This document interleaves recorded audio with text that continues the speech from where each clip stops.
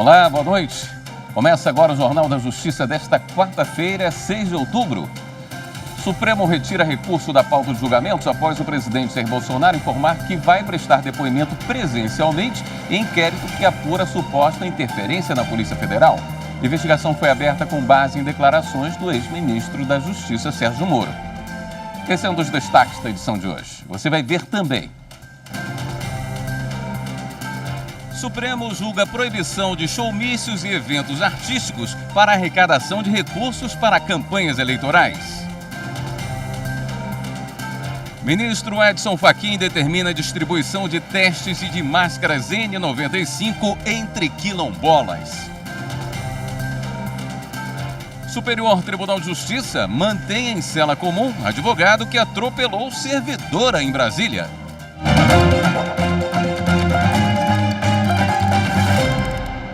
O presidente Jair Bolsonaro informou ao Supremo Tribunal Federal, por meio da Advocacia Geral da União, que pretende depor presencialmente no inquérito que apura suposta interferência na política da Polícia Federal.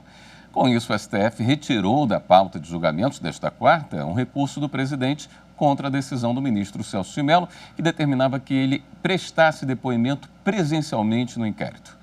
Na decisão democrática, Celso de Mello havia entendido que a prerrogativa de prestar depoimento por escrito aos chefes dos três poderes da República se aplica somente aos casos em que eles figurem como testemunhas ou vítimas, e não como investigados ou réus. Diante da manifestação do presidente da República, o novo relator do caso, o ministro Alexandre de Moraes, pediu a retirada da pauta para verificar se será necessário continuar o julgamento do recurso ou se fica configurada a perda de objeto. Vou solicitar a suspensão do julgamento e a retirada, porque acabei de receber em mãos uma petição protocolada pelo eminente advogado-geral da União, Dr. Bruno Bianco, em que Sua Excelência, em nome do presidente da República, presidente Jair Bolsonaro, manifesta, e leio aqui entre aspas, abre aspas, manifesta perante essa Suprema Corte o seu interesse em prestar depoimento em relação aos fatos objeto deste inquérito mediante comparecimento pessoal. E Sua Excelência também, o presidente, solicita somente que esse comparecimento pessoal, em virtude inclusive da agenda presidencial, possa ser anteriormente facultado, que marque o local, dia e horário, para que possa prestar, repito, o seu depoimento pessoal. Como acabei de receber, peço a retirada para analisar o prejuízo do agravo. Eu havia falado em decisão democrática do ministro, decisão monocrática. O plenário do STF também começou a julgar a ação que questiona a proibição de showmícios em campanhas eleitorais. Desde 2006, os showmícios não são autorizados conforme estabelece a lei eleitoral. Em 2018, PSB, PT e PSOL entraram no Supremo questionando essa proibição, que também não permite a apresentação de artistas em comícios e reuniões eleitorais, mesmo quando feitas de modo gratuito, sem a cobrança de cachê. Para os partidos, a proibição não é compatível com a garantia constitucional da liberdade de expressão. Além de violar a liberdade de expressão, essa regra também é incompatível com o princípio da proporcionalidade nas suas três dimensões, nos seus três subprincípios. A medida é inadequada, primeiramente porque uma das finalidades que é empregada, a finalidade paternalista, não se compatibiliza com a Constituição. Em segundo lugar, porque a outra finalidade possível, a redução dos custos de campanha, não é atingida com a promoção da medida. Quer dizer, ela não é apta, não é idônea a atingir essa finalidade. Já para a Procuradoria-Geral da República, é preciso preservar a igualdade de oportunidades e, por isso, se manifestou pela improcedência da ação. É a formação do consenso social que legitima materialmente a democracia. A democracia representativa, em especial, aquela que se manifesta periodicamente nas urnas. E nós sabemos que no país e de modo geral, quem tem mais dinheiro, tem mais condições de sustentar grandes contratos com grandes artistas. Segundo o relator ministro Dias Toffoli, o showmício é um evento que tem como objetivo convencer o eleitorado usando entretenimento. Toffoli explicou que artista e candidato dividem o palco, que também é palanque, para assim captar votos. Por isso, o relator entendeu que os showmícios devem continuar proibidos, como determina a legislação.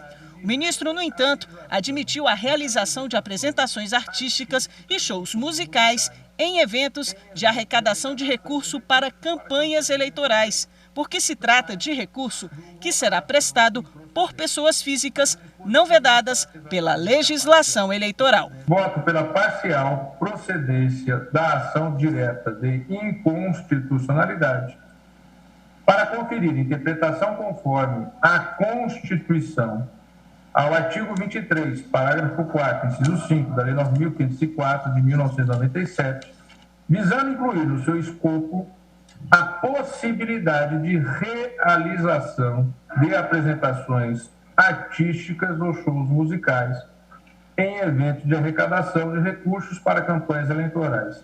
Já o ministro Nunes Marques votou pela improcedência total da ação, mantendo a proibição dos showmícios. Ele ainda entendeu que os eventos musicais ou artísticos para arrecadação também não devem ser feitos. O intento do legislador foi de tentar igualar ao máximo as condições entre os candidatos, evitando o abuso do poder econômico e a influência pessoal dos candidatos dentro do universo artístico, bem como evitar maiores desigualdades entre os partidos no poder de captação de recursos eleitorais.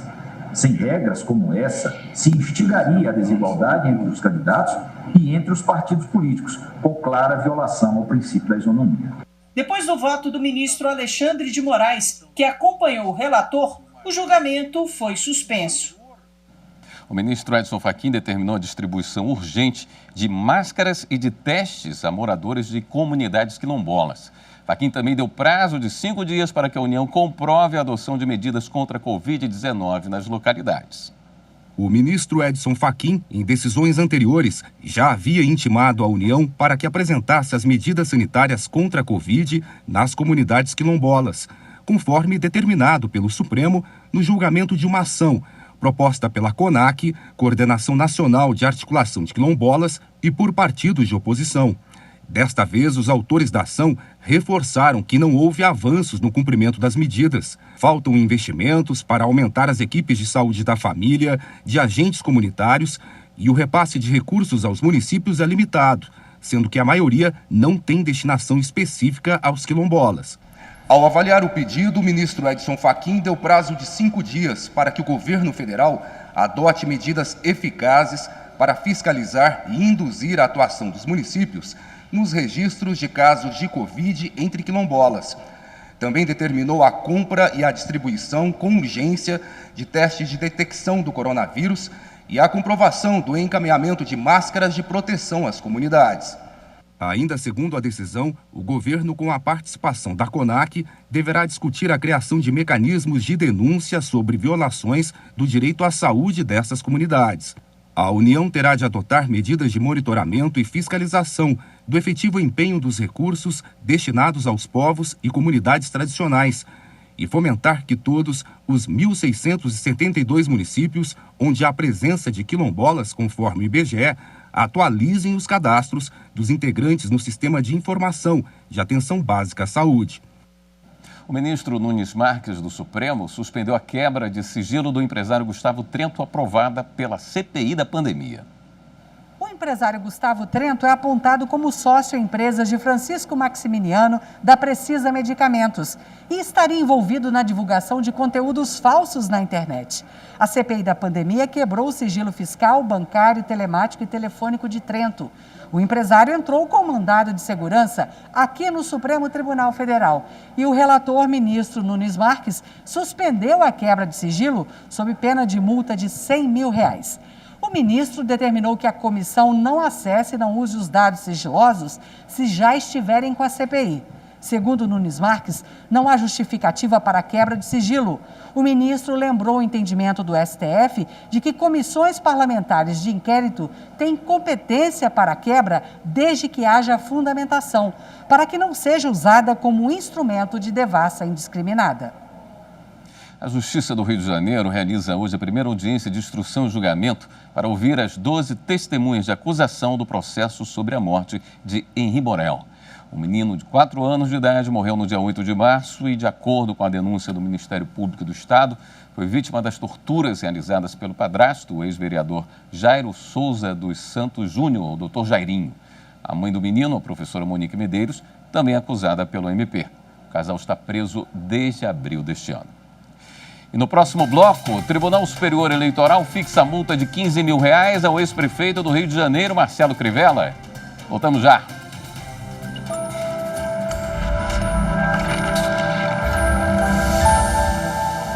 A Constituição Federal de 88 é um marco no processo de redemocratização do Brasil e superação do regime de ditadura militar. Cada artigo, parágrafo, inciso, cada direito previsto na nossa Constituição é fruto de muito debate, discussão e, acima de tudo, de participação e mobilização popular.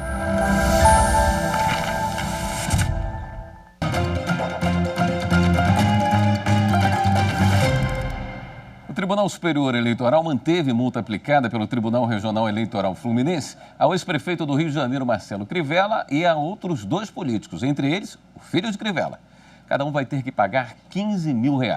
Eles foram condenados por conduta vedada a agente público por causa de um comício feito por Crivella, então prefeito, e para o qual foram convidados funcionários da Companhia Municipal de Limpeza Urbana.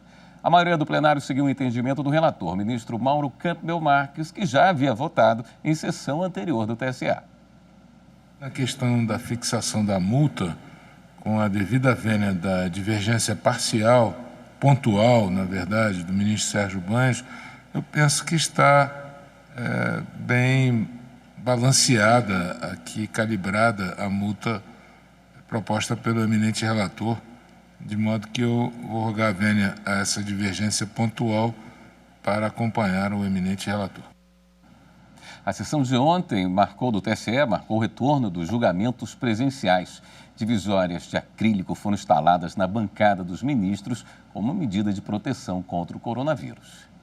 A terceira turma do Superior Tribunal de Justiça vetou a penhora de verbas do fundo eleitoral para o pagamento de dívidas de partido. O colegiado, por unanimidade, negou o provimento ao recurso especial de uma empresa de marketing e publicidade para penhorar valores do Fundo Especial de Financiamento de Campanha destinados ao Partido Trabalhista Brasileiro, PTB. A medida seria uma forma de garantir que fosse paga uma dívida de mais de R$8 milhões referente a serviços prestados para candidaturas do partido nas eleições de 2004. A ação foi ajuizada em 2018. Reconhecido o débito, foi iniciado o cumprimento de sentença com várias tentativas frustradas de penhora de outros recursos do PTB, inclusive de valores do fundo partidário, cuja empenhorabilidade já foi reconhecida pelo STJ. A empresa requereu então a penhora de valores do Fundo Especial de Financiamento de Campanha, também chamado de fundo eleitoral, sob o argumento de que tais ativos não constam expressamente como impenhoráveis no Código de Processo Civil. O pedido de penhora foi indeferido pelo Juízo de Primeiro Grau e pelo Tribunal de Justiça de Mato Grosso do Sul. No STJ, o ministro relator Vilas Boas Cueva destacou que o Fundo Especial de Financiamento de Campanha possui a mesma finalidade do fundo partidário, sendo constituído exclusivamente de verbas destacadas pelo orçamento da União. Nesse contexto, Vilas Boas Cueva aplicou a regra segundo a qual, onde há a mesma razão de ser, deve haver a mesma razão de decidir, e afirmou que as verbas do novo fundo se enquadram na disposição normativa contida no inciso 11 do artigo 833 do Código de Processo Civil de 2015, que garante a impenhorabilidade dos recursos do fundo partidário, ou seja, todas as verbas públicas integrantes de fundos partidários destinadas ao financiamento eleitoral. Dessa forma, negou o provimento ao recurso da empresa. O Tribunal Regional Federal da Primeira Região determinou que a FUNAI encaminhe imediatamente o processo administrativo de demarcação da terra indígena do povo Suruí-Aqueuara, no Pará, para que seja finalizado junto ao Ministério da Justiça. A FUNAI alegou que a questão se encontra suspensa, enquanto o STF não dá a palavra final a respeito do marco temporal das demarcações de terras indígenas no país.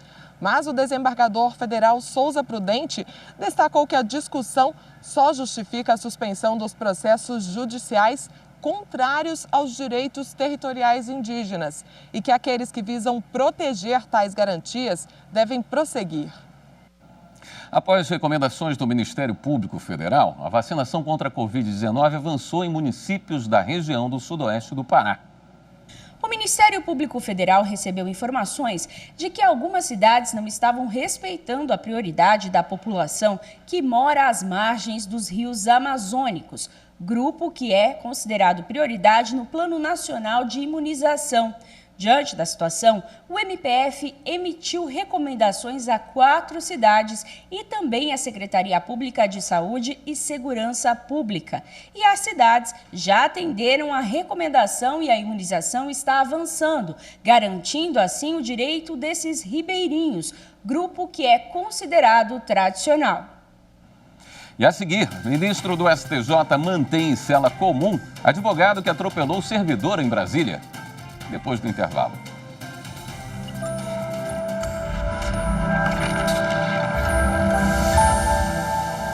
Em busca de um Estado democrático de direito, o povo gritava por direitos fundamentais. E assim, a população teve efetiva participação na elaboração da Constituição.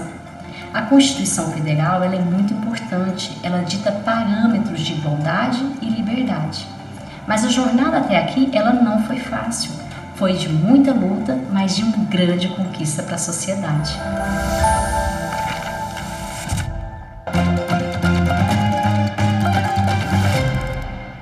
O ministro do Superior Tribunal de Justiça mantém em cela comum advogado que atropelou servidor em Brasília. O ministro do STJ, Sebastião Reis Júnior, não concedeu liminar em habeas corpus para que o advogado Paulo Ricardo Moraes Milhomem fosse transferido a uma cela especial. Na decisão, o ministro explicou que ele perdeu essa prerrogativa por conta da suspensão da inscrição como advogado. Milhomem foi preso em flagrante no dia 25 de agosto, acusado de tentativa de homicídio qualificado. Depois de uma briga de trânsito, ele atropelou uma servidora pública em frente à casa dela, no Lago Sul, bairro Nobre de Brasília. O advogado teve a prisão convertida em preventiva pelo juiz de primeiro grau. Após a suspensão do seu registro como advogado, ele foi transferido da Sala de Estado-Maior do 19º Batalhão da Polícia Militar do DF para o Complexo Penitenciário da Papuda. A OAB-DF ajuizou o habeas corpus com um pedido de liminar no TJDFT, pedindo o recolhimento do advogado em Sala de Estado-Maior, mas não obteve êxito. Em um novo habeas corpus no STJ, a OAB-DF alegou constrangimento ilegal na prisão em cela comum, pois como advogado ele teria o direito de ficar em sala especial até o trânsito em julgado. Ao analisar o pedido, o relator, ministro Sebastião Reis Júnior, lembrou que o TJDFT indeferiu o mesmo pedido porque o Tribunal de Ética da OAB-DF suspendeu o registro do advogado por 90 dias, em razão do dano à dignidade coletiva da advocacia. De acordo com o ministro, o STJ entende que o advogado só faz jus a essa prerrogativa se estiver no livre exercício da profissão e manteve a prisão do advogado em cela comum. Terminou hoje o encontro virtual da Comissão Nacional dos Direitos da Pessoa Idosa. Organizado pela OAB, o objetivo do evento foi debater os principais pontos e necessidades dessas pessoas na atualidade. O encontro virtual realizado pela Comissão Nacional dos Direitos da Pessoa Idosa, da OAB, que começou nesta terça-feira, contou com a participação dos membros do grupo e de renomados especialistas para a realização de uma série de palestras com o objetivo de abordar aspectos da lei do idoso, como a responsabilização pela norma, alienação parental e inclusão digital. O diretor-tesoureiro do Conselho Federal da OAB, José Augusto Araújo de Noronha, que fez a abertura do evento, falou da importância de refletir sobre as necessidades da pessoa idosa, principalmente em tempos de pandemia. Não foi nenhuma nem duas vezes que eu vi eventos como esse resultarem em novas propostas de alteração legislativa, eventos como esse que resultaram numa posição mais firme da OAB em causas que são absolutamente necessárias, porque cada um de nós, advogados e advogadas, juramos defender a Constituição, o Estado democrático de direito e também os direitos humanos. A meta da comissão é conscientizar a população que todos merecem um envelhecimento saudável, com garantias de direitos. O evento, que durou 2 dias, pode ser acessado no YouTube da OAB.